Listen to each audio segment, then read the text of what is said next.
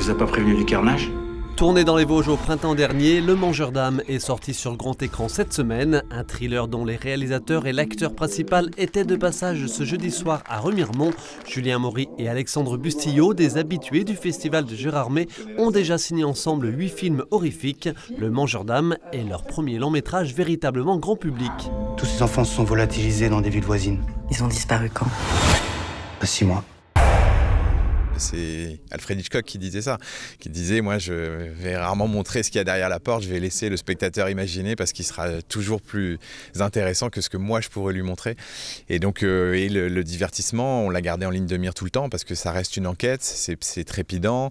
Le livre était comme ça, c'est un vrai, les Américains appellent ça un page turner, donc c'est vraiment un roman qu'on ne lâche pas, on a envie toujours de savoir ce qui va se passer après et on a essayé de conserver cet esprit-là. Ouais. Qui a fait du mal aux enfants, Evan? Il est ici.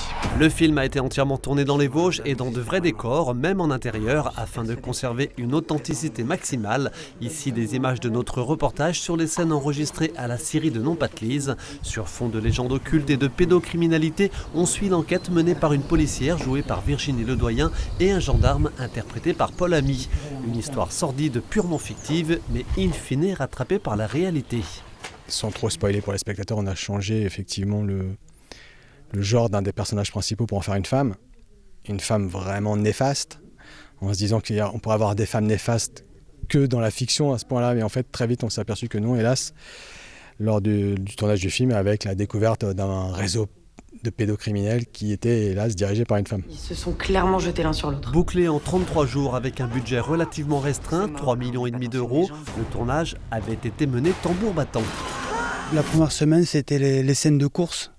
Et donc j'ai couru pendant toute la première semaine, monter, descendre à travers les villages, sur la route.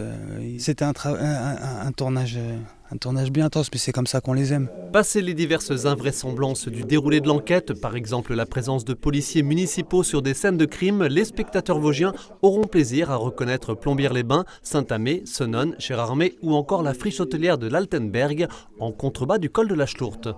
C'est une découverte autre des Vosges, mais j'ai trouvé ça fantastique. Et ça fait des frissons, quoi, c'est sûr.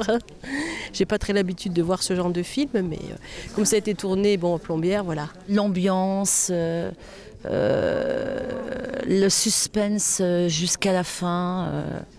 Et c'est vrai que ça traite beaucoup de choses en même temps. Et non, franchement, j'ai super bien aimé.